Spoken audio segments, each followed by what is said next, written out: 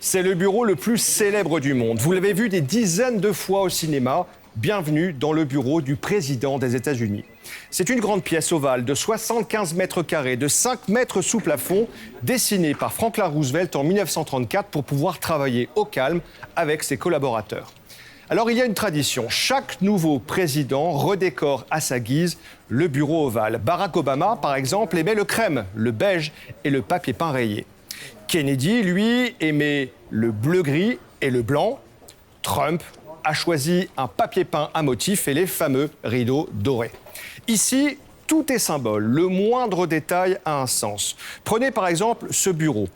Il a un nom, le Resolute Desk. Il est âgé de 140 ans, son bois provient du Resolute, un navire d'exploration britannique. C'est un cadeau de la reine Victoria. Il a été utilisé par de nombreux présidents américains et aussi par les enfants Kennedy qui aimaient vraiment bien s'y cacher. Dans le bureau ovale, le choix des tableaux a une grande importance. Donald Trump, par exemple, a mis à l'honneur ce portrait que vous voyez ici d'Andrew Jackson. Peut-être parce que le 7e président des États-Unis avait un caractère bien trempé et aimait se présenter comme le pourfendeur des élites de Washington.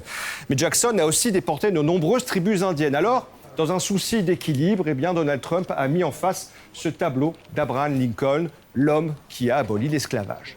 Sur le buffet, derrière, les présidents disposent souvent des photos de famille. C'est le cas de Donald Trump qui a mis les portraits de ses parents.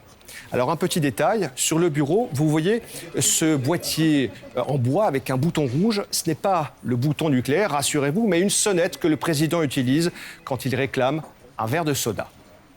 Autour du bureau ovale, il y a toute une administration avec des salons, des salles de réunion. Les plus proches collaborateurs passent notamment par des portes dissimulées dans le mur comme celle-ci.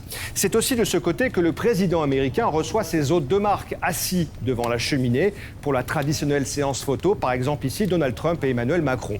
Roosevelt, qui ne pouvait pas se lever, avait trouvé cette manière très élégante pour que son invité ne dépasse jamais l'homme le plus puissant du monde.